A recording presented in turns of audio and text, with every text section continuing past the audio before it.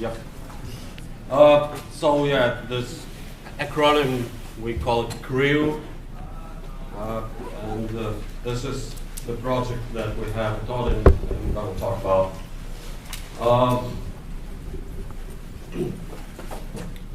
So I'll start with telling why would you want to do live migration of containers, and when we'll continue on to why wouldn't you want to do live migration of containers, and finally how complicated is the task and how it's done at a very, very high level overview. It's actually, this talk about, it's not about CREW per se, but one of the applications of CREW, which is live migration. So CREW is the underlying technology that makes it possible. So this is what I'm going to tell about why live migration could be useful, why not, and what are the oops.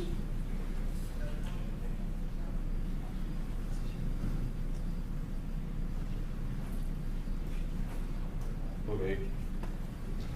A little bit of shameless promotion. Hey, what happened?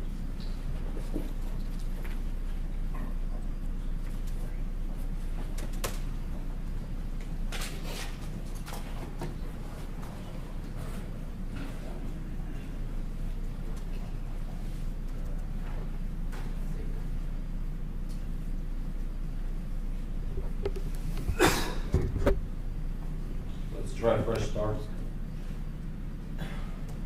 Oh. I can't go to the next slide.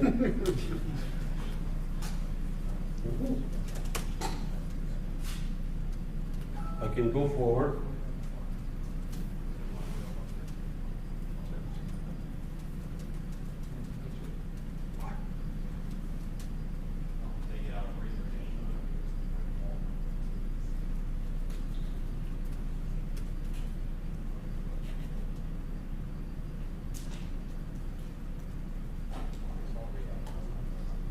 Start from current slide, maybe.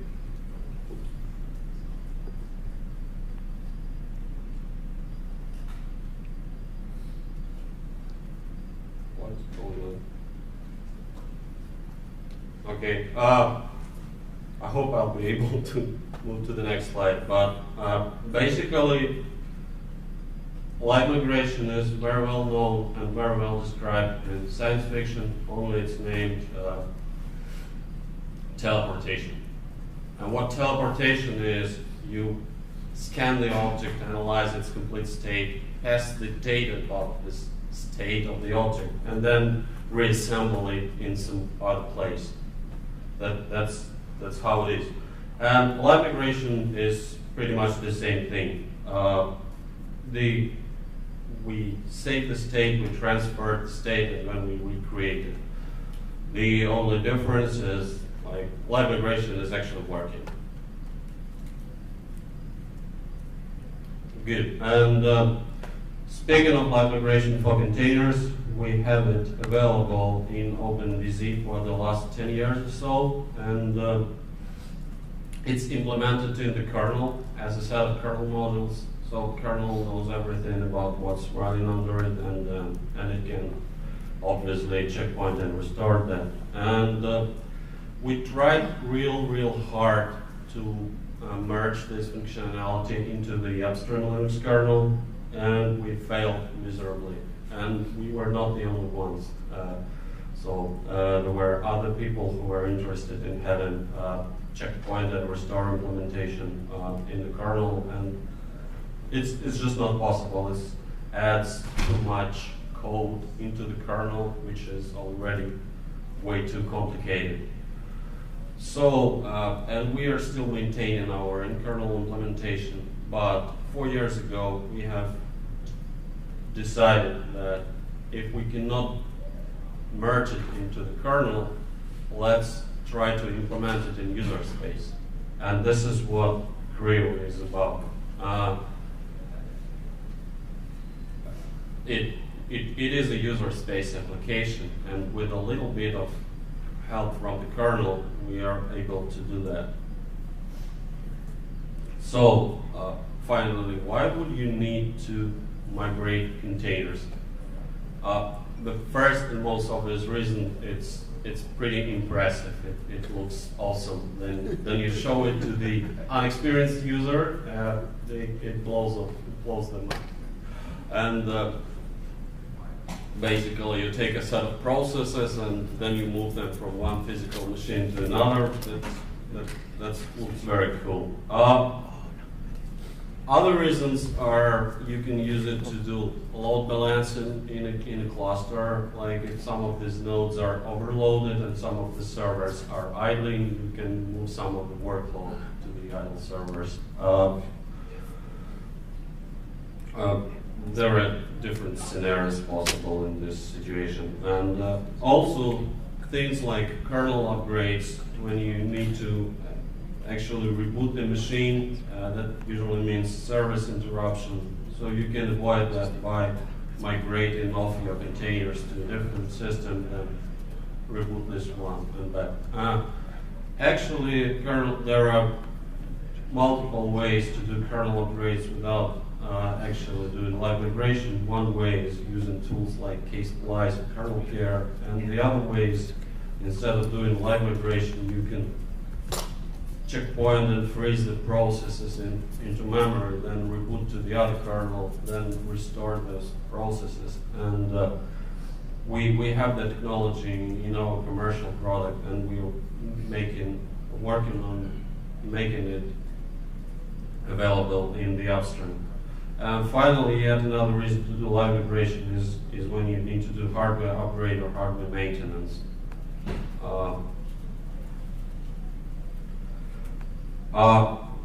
Next, why wouldn't you want to do live migration? Because it's pretty complex and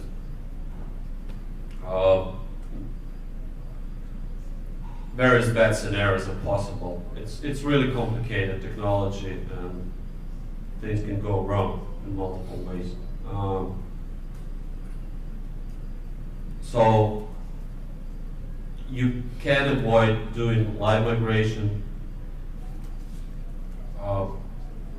One way is if you want to do live migration for load balancing, instead of migrating the applications that has the load, you can migrate the source of this applications causing the load, and it's usually the income network traffic. So you can use network load balancer instead of a live migration. One way to avoid live migration is totally switch to microservices, the model that is employed by OpenStack and Docker and some of the Docker-based projects such as Kubernetes. And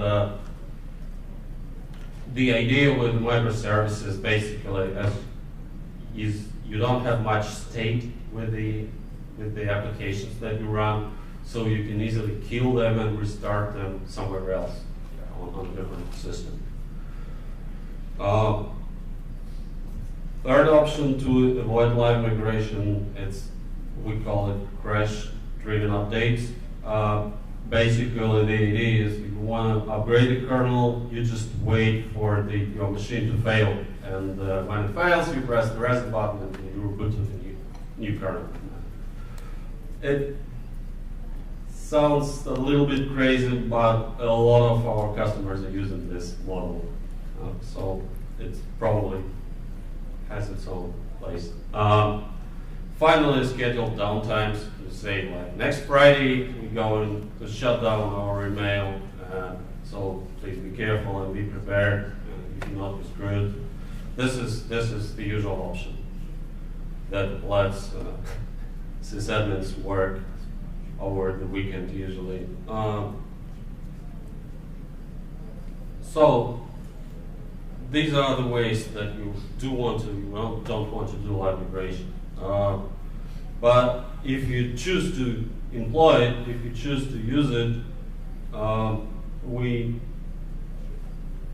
need to understand what the process involves and how it's done. Basically, once you start using live migration, you'll quickly figure out that a lot of time is spent on moving the memory of those processes from one machine to another. And when this memory is moved, your containers are frozen, so it's not 100% live migration. It's a migration with some little bit of frozen time, and you'd want to minimize this frozen time. There's no service interruption, there's just a delay, and you want to minimize the delay. And to minimize it, you want to exclude migrating the memory from that period of time that your container is frozen. And there are two options to do that. First option is to copy most of the memory or all the memory, copy that memory to the destination machine before your container is frozen. Other option is to copy that after the container is migrated. So let's take a look at the migration process given this additional requirement. It becomes a little bit more complicated. So if you choose to do pre-migration of the memory, first of all, you need to collect and transfer all the processes memory to the other machine. And you might want to do it iteratively because the container is running, the memory is being changed, and you want to do a few iterations. So first of all, you migrate all the memory, then you get the list of the pages which were modified, and you migrate those, and so on and so forth. Once you're happy with the result, you actually freeze the container so memory is no longer changing, and you do the one last iteration, copying the memory. Except the memory, there's a lot of processes and their states, and now you want to save this state to I don't know, file on disk or something else. In Crew case, this is just a set of files with all information about the processes. So you save the state, and then you copy this state and some way or another make it available on the destination system. Then you recreate those processes from the state, and you let it run again. So this is how live migration would do.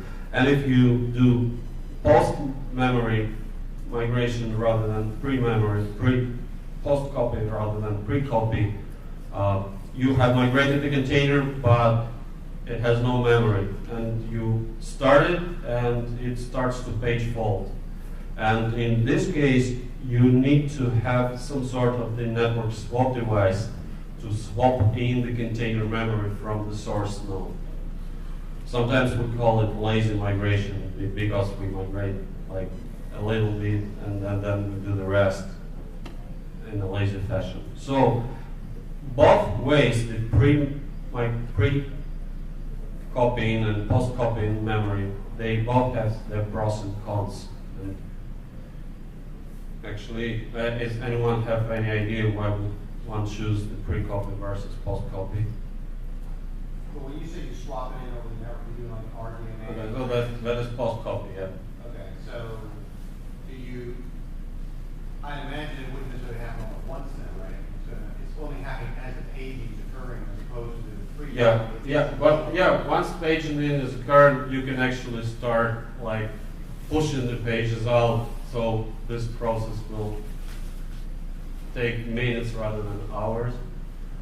And the good thing about this approach is the container becomes available on the other machine earlier. The bad thing with this approach is it's more error prone, because if the link between two machines breaks, if there's no network connection, you're totally screwed. You have to kill the container basically, and the kernel will kill it actually. If you do pre-memory migration, there is no such problem because you always have a frozen container on the source node, and if anything goes wrong, at the last moment you can unfreeze it on the source. So the post-memory migration is making it faster, but it's more error prone. So this is why we try to implement both and let the user decide which one is better.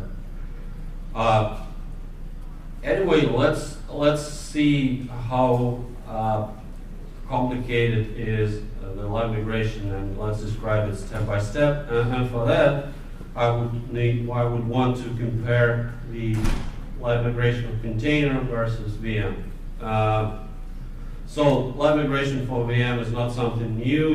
It's been available for more than 10 years, and compared to containers, which I think we released live migration in OpenVZ in 2006.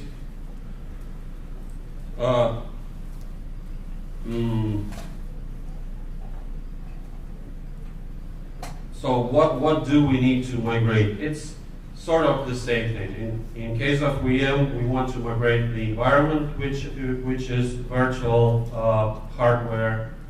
We want to migrate the virtual CPU state, and we want to migrate the memory. In case of container, it's about the same thing. It's just the environment is not the virtual hardware, but those C groups and namespaces that container is contained within. Instead of the state of the processor, we want to migrate the state of the processes and everything that these processes are using. That includes open files, memory mappings, TCP connections, and everything that these processes consume from the kernel, basically. And of course, same thing, memory. So, how do we copy the memory? In case of virtual machine, the memory of the virtual machine is managed by the hypervisor. It knows everything about it. It's just a huge segment of memory, and it knows which memory is modified or not. And we just take this memory and copy that. In case of container is just a set of processes, and what we actually need to do is we want to go through that tree of processes, figure out what do we have, and for each process we want to figure out which memory, what kind of memory it has. So we need to collect this memory iteratively. And the other problem here is there are different types of memory. Like there's a memory that is private to the process, that is memory that is shared among the processes, like when you do fork. Lots of memory is shared between the parent and the child. And there is memory that is backed by a file on disk, like the executable or library code. And that's memory that is not backed by the file on disk, and so on. So we need to carefully collect all of that. Carefully collect a set of processes and then collect the memory. And once we do that, we can freeze the process. In virtual machine case, you just suspend the CPU, the virtual CPU or CPUs. And in case of containers, you need to stop all these processes. And there are two ways to do that. Again, you can walk the tree of processes and catch all of them and send them to sysstop, for example, to stop them one by one. The problem here is while you're doing that, these processes might fork in other processes, and they might fork in other processes. So you need to be careful there and make sure you stop all of them. And if there's a fork bomb, for example, running, you kind of race with that fork bomb and try to do it faster than that. Well, because of that, there is a freeze group subsystem existing in the kernel. If you put your container inside that freeze C group, and most of the container implementations, like Docker, they do that, you can use this thing. You can say, I want to freeze this C group at once, and you offload the task to the kernel, and kernel knows better how to do that. It can make it way more effective. In most of the cases, we can use the freeze C group, but if not, yeah. Does a Linux kernel have native support for freezing processes? Yes, groups of processes.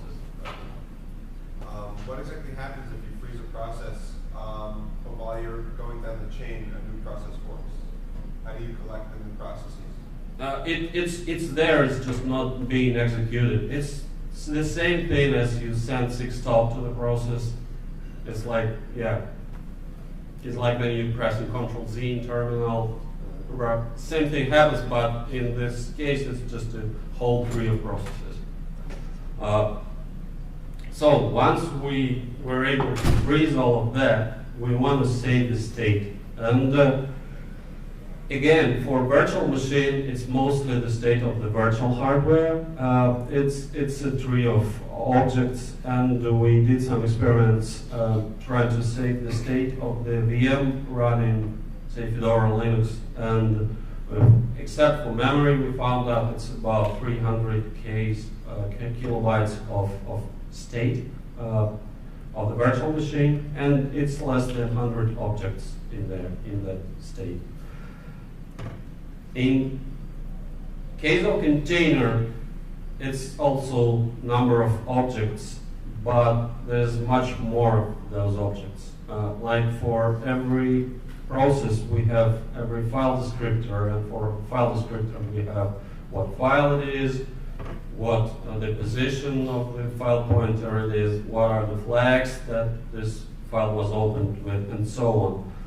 And we end up with, actually the slide is wrong, it's about 10,000 objects for the same thing, for the same Fedora, like basic Fedora running. And there's less state in terms of how much bytes do we have in that state, but it's more in terms of how many objects do we have. And that's not the biggest problem. The biggest problem is objects, they don't form the tree, they form the graph, because they have some interdependencies. Like some of those objects, they might belong to more than one process. And therefore, you need to be very careful collecting this information. You need to figure out, like, is this a private mapping or a shared mapping, and to whom it belongs, and so on. And finally, the problem of getting the state from the user space, and in Crew we do it from user space, is not all these objects has a decent API to get their state. Yes. I'm curious. And I had never really thought about this before, but because you can change namespaces really after process creation, is it possible to have a process that has shared memory with its parent, that is, where the parent is not in the container? And Yeah. So how could you handle something like that, or would you have to fail the request? I wouldn't lie to you. I don't know the answer. I might need to check that. But in general, we support nested namespaces. So the answer is probably yes. But anyway, once you have saved all the state, you need to copy that to the destination machine. And in VM case, since that's a tree of objects, you can actually do collecting the state and sending them to the destination at once, like in parallel. So it is serializable. You can make a pipe out of it and push it to the pipe. And in terms of container, you cannot do that because of those interdependencies, because there might exist a situation that something that requires something that will be dumped later. And so we have to first save it and then move it. We cannot do it at once. Finally, restoring. In case of VM, we recreate all the memory, state of the CPUs, and state of the virtual hardware. And it's the same. It's the same with containers. It's just that there are much more smaller objects for containers. Basically, in Crew, what we do is we start a process that reads all this data. Like, here is the process tree, here is the memory mappings, here are the files that are open, here are the network connections. And this process reads this information and does all the proper syscalls like fork, open, connect, and it becomes eventually it becomes that set of processes that we have checkpointed. And you also, again, you need to be very careful about the order, how do you recreate those projects. You need to solve the tasks, like this is the graph of processes, which these are the rules that we can use to recreate those sets. Like you cannot create a child process before you create a parent process. You need to follow some order in here. And basically, you need to solve this task of how to recreate it in a proper way.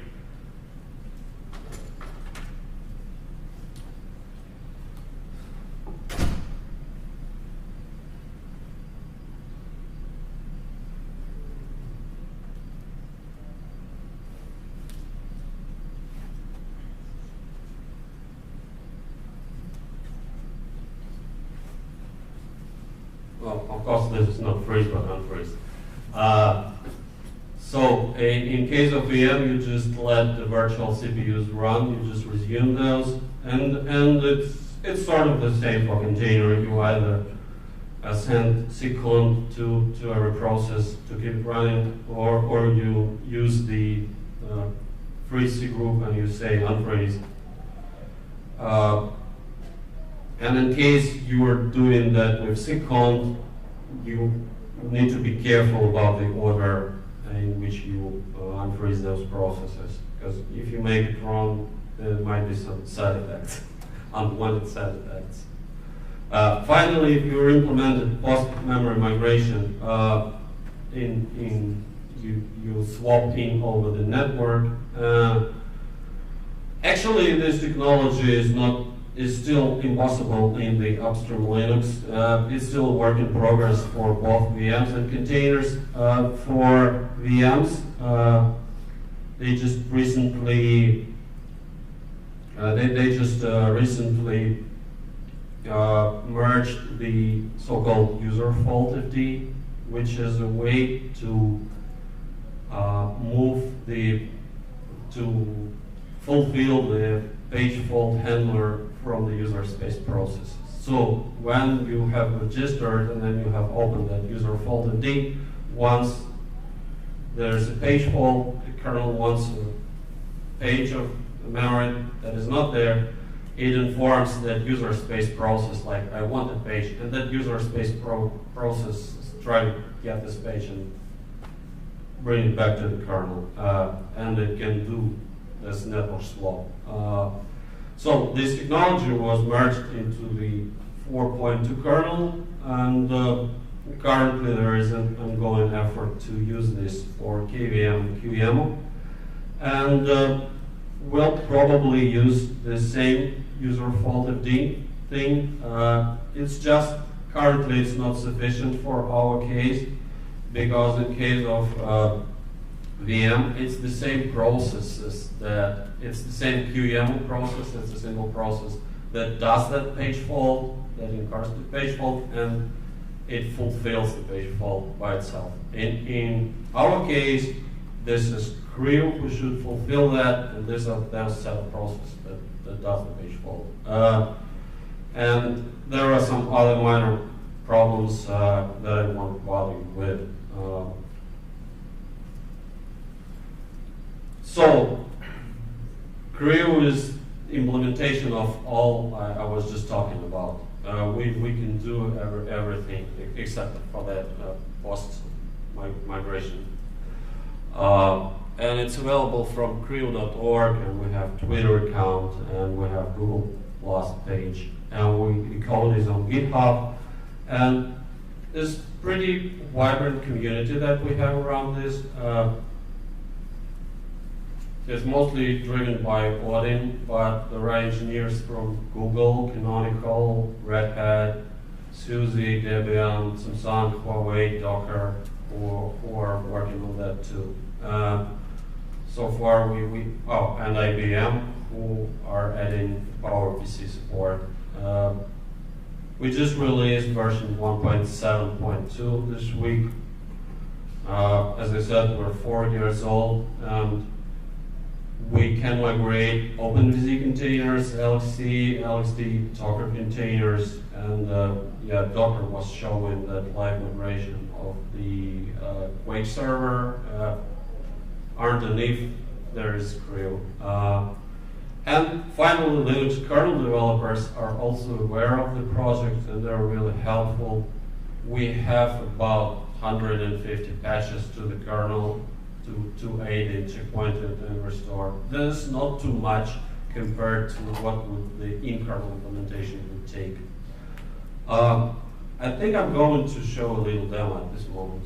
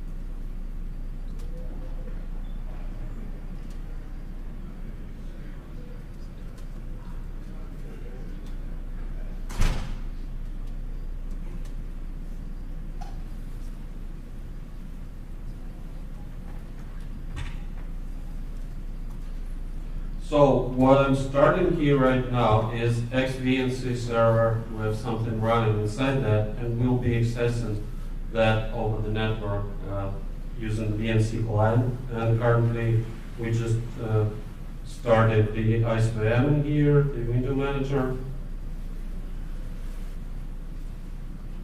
So this is a set of processes. There's 3 processes in here. It's XVNC and ISVM. And we can connect to that. Here it is. It's like, it's not really a container. It has its own pid namespace and IPC namespace. Other than that, it's running on the node. We can run a terminal in here, and we can run some add, the mPlayer. So it's been running in here. The next thing that we do is we checkpoint this.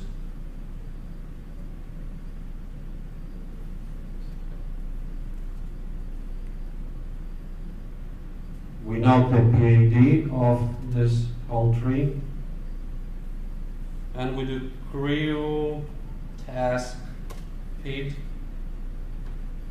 Creo dump. And we've got to have an option to migrate TCP connections, because there is a TCP connection between the client and the server.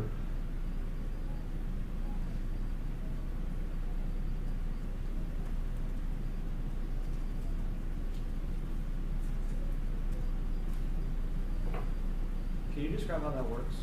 Connection migration? Oh, yeah. So, and I want to put these dump files into separate directory.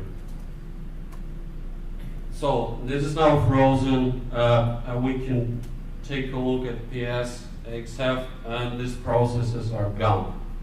And we can now recreate, and we can take a quick look into the image directory. We have those information about those processes, including memory, like, I don't know, pipes, open files, and so on.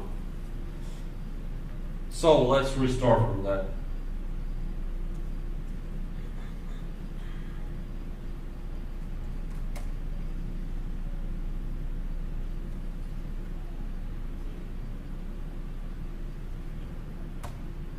And it continues to run. And we can take a look, and these processes are here again. So I'm going to do this checkpoint and restore. Of course, in between these 2 phases, you want to move these files to a different box and restore it there. But this is basically what how live migration works. We just sort of migrated from this system to the same system. I have a little script in here that does checkpoint and restore.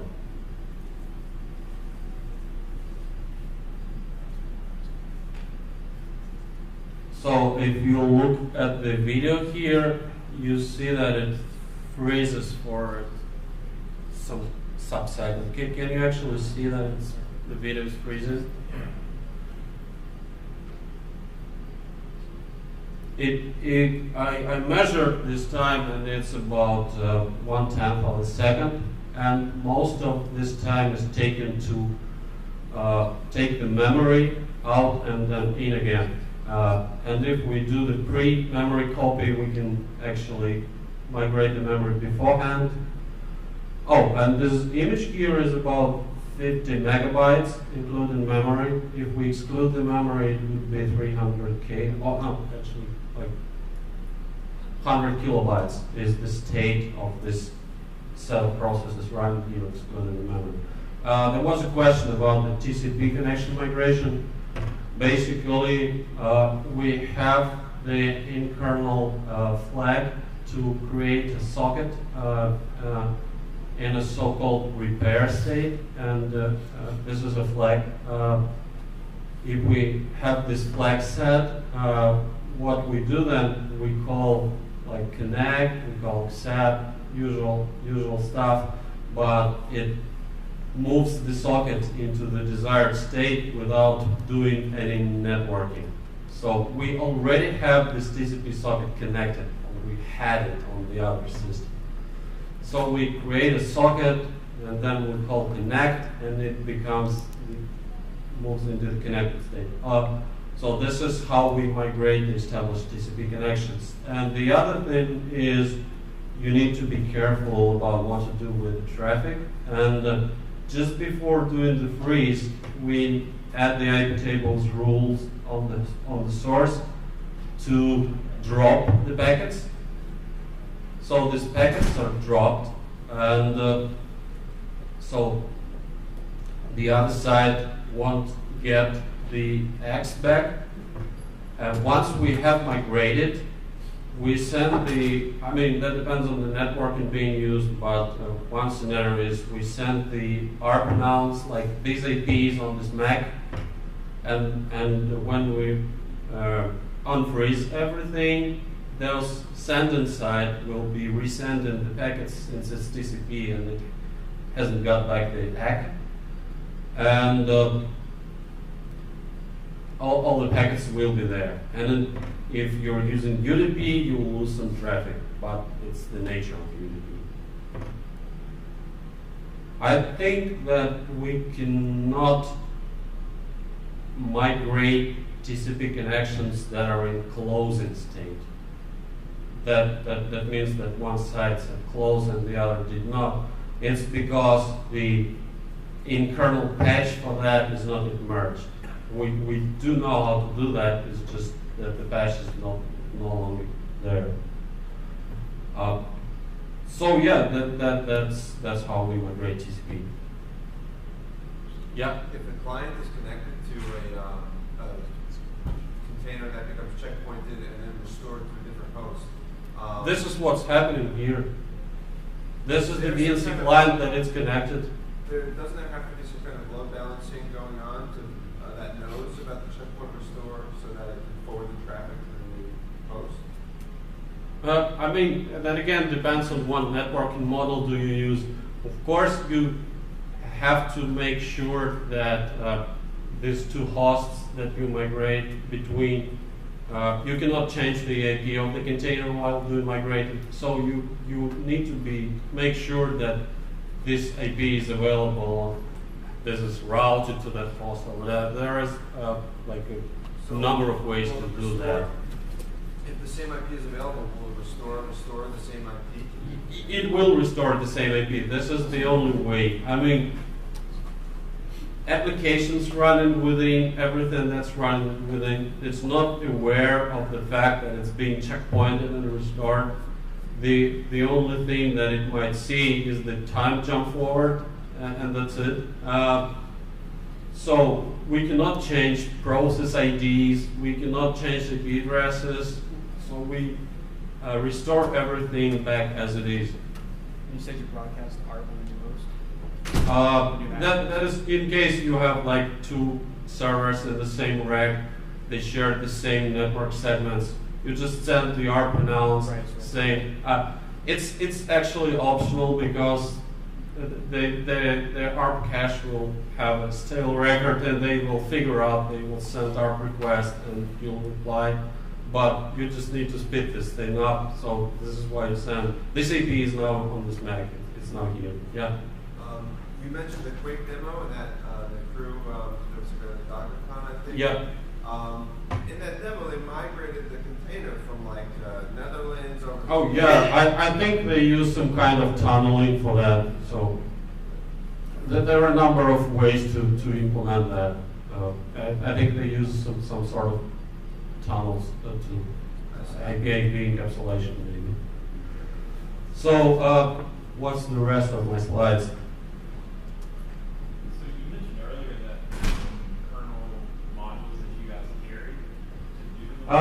No. We have two implementations of checkpoint and restore. Okay. One is what we traditionally have in OpenVZ for the last 10 years. It's all in the kernel, in OpenVZ kernel. These are just two big kernel models for checkpoint and for restore. And this stuff will not have made it upstream. So we re-implemented everything in user space. And with a little bit of help from the kernel. And in kernel we have like 150 patches and they are already merged. We will have like 156 patches that are merged and like 3 patches that are making their way. It's some optional stuff. Basically once you have kernel 3.10 or so, you're good. You can use Creo. So there's no dependency on the specific kernel rather than it has to be decent and you want.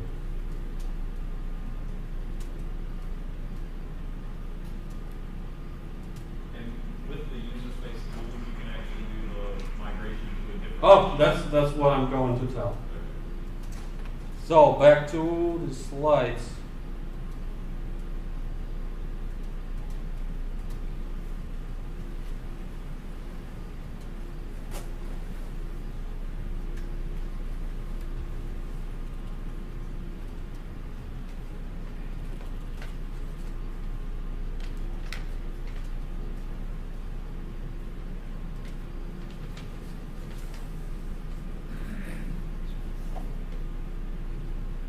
Ooh.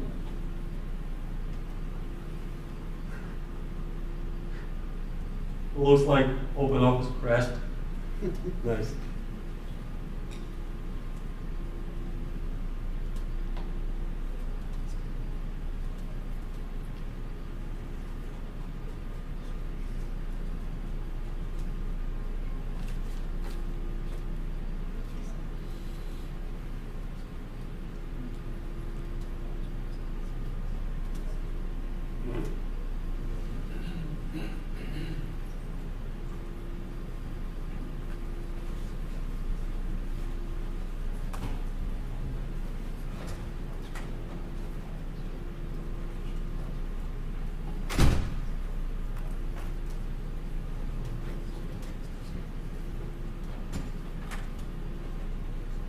So I was just talking about live migration, but Creo itself is doing checkpoint and restore, and then there are other interesting scenarios possible with this technology at hand.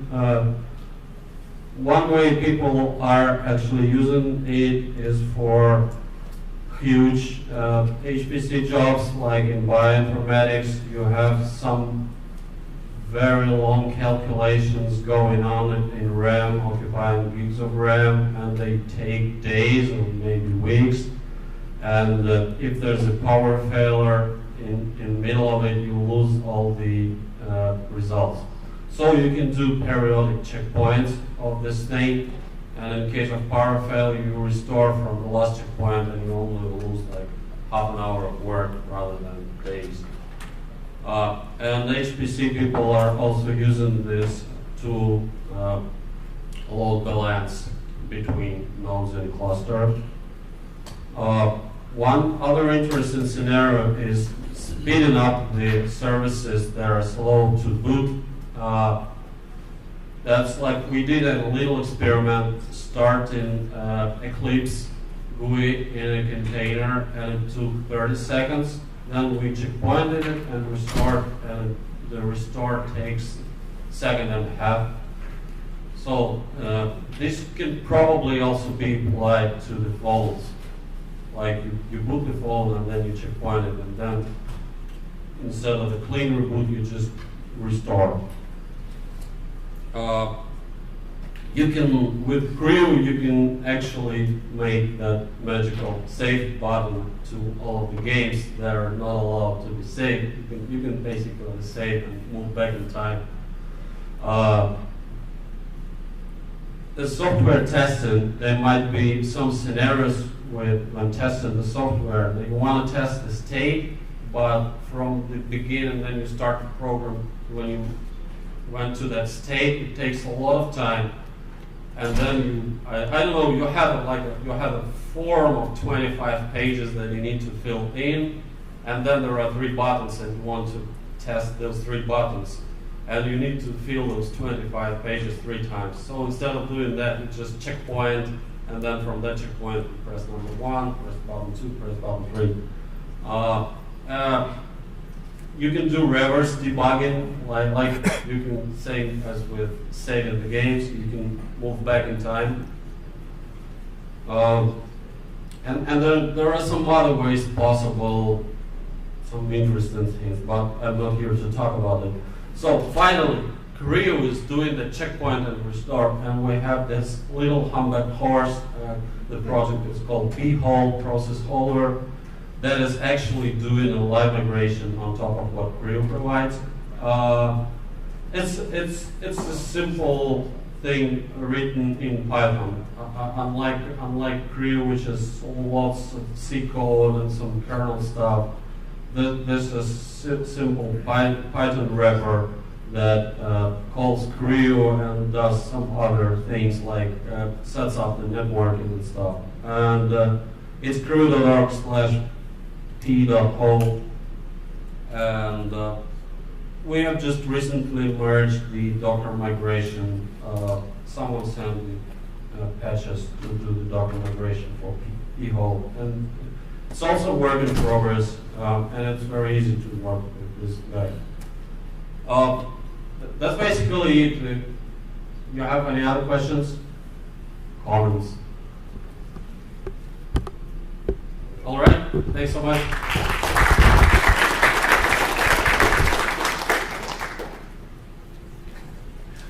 Under it, and it can obviously checkpoint and restore that. And we tried real hard to merge this functionality into the upstream Linux kernel, and we failed miserably. And we were not the only ones. So there were other people who were interested in having checkpoint and restore implementation in the kernel, and it's just not possible. It adds too much code into the kernel, which is already way too complicated. So, and we are still maintaining our in-kernel implementation, but 4 years ago we have decided that if we cannot merge it into the kernel, let's try to implement it in user space. And this is what Creo is about. It is a user space application, and with a little bit of help from the kernel, we are able to do that. So, finally, why would you need to migrate containers? The first and most obvious reason, it's pretty impressive. It looks awesome. Then you show it to the unexperienced user, it blows them up. And basically you take a set of processes and then you move them from one physical machine to another. That looks very cool. Other reasons are you can use it to do load balancing in a cluster. Like if some of these nodes are overloaded and some of the servers are idling, you can move some of the workload to the idle servers. I'll go to the next slide.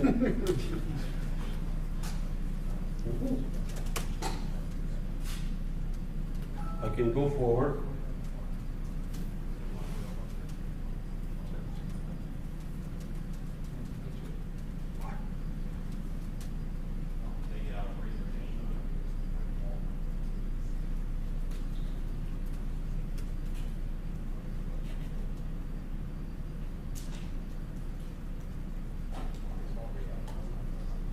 Start from current slide, maybe.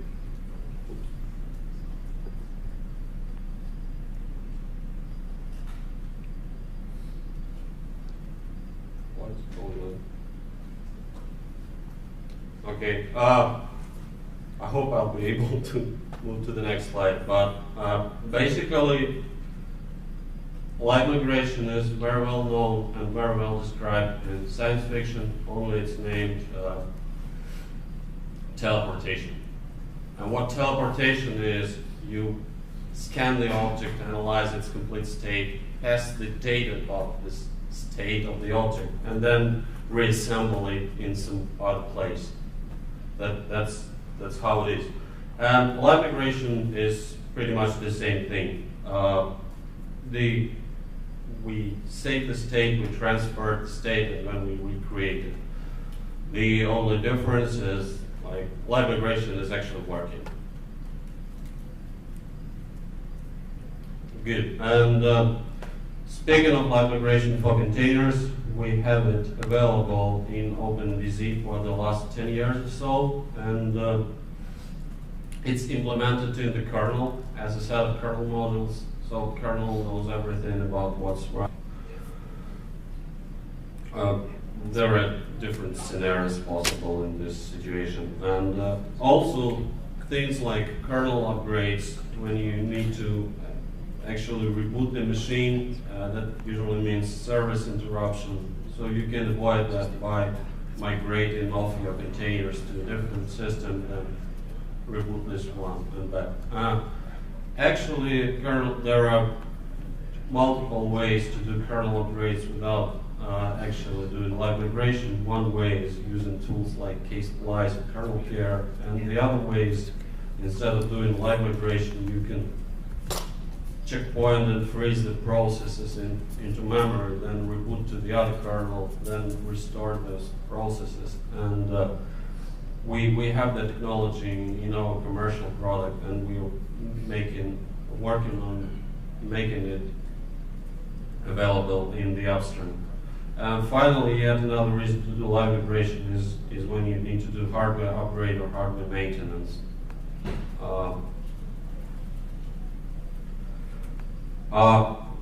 Next, why wouldn't you want to do live migration? Because it's pretty complex, and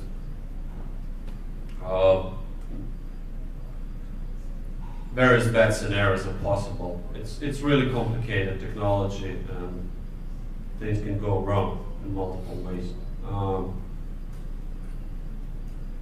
So you can avoid doing live migration. One way is if you want to do live migration for load balancing, instead of migrating. Yep. So yeah, this acronym, we call it CREW, and this is the project that we have taught and we're going to talk about.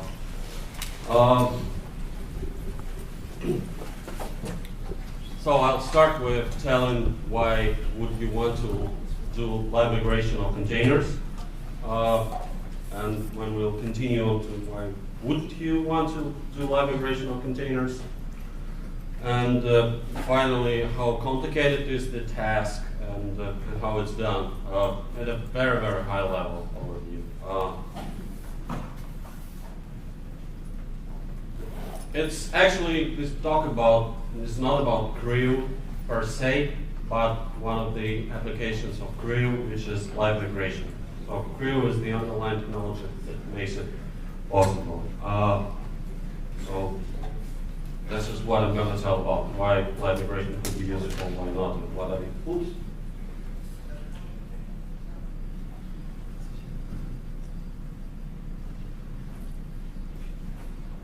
Okay.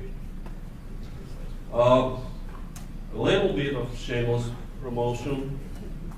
Hey, what happened?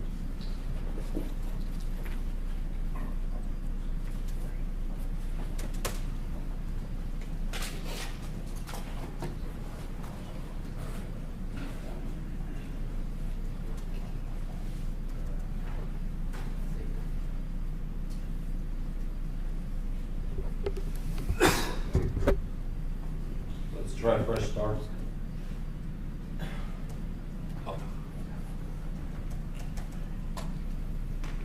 The applications that has the load, you can migrate the source of this applications causing the load, and it's usually the income network traffic. So you can use network load balancer instead of a live migration. One way to avoid live migration is totally switch to microservices, the model that is employed by OpenStack and Docker and some of the Docker-based projects such as Kubernetes. And the idea with microservices basically is you don't have much state with the applications that you run, so you can easily kill them and restart them somewhere else on a different system. Third option to avoid live migration, we call it crash-driven updates. Basically, the idea is if you want to upgrade the kernel, you just wait for your machine to fail, and when it fails, you press the reset button and you reboot to the new kernel. It sounds a little bit crazy, but a lot of our customers are using this model. So it probably has its own place. Finally, scheduled downtimes. You say like next Friday we're going to shut down our email. So please be careful and be prepared. You cannot be screwed. This is the usual option that lets sysadmins work over the weekend usually. So these are the ways that you don't want to do live migration. But if you choose to employ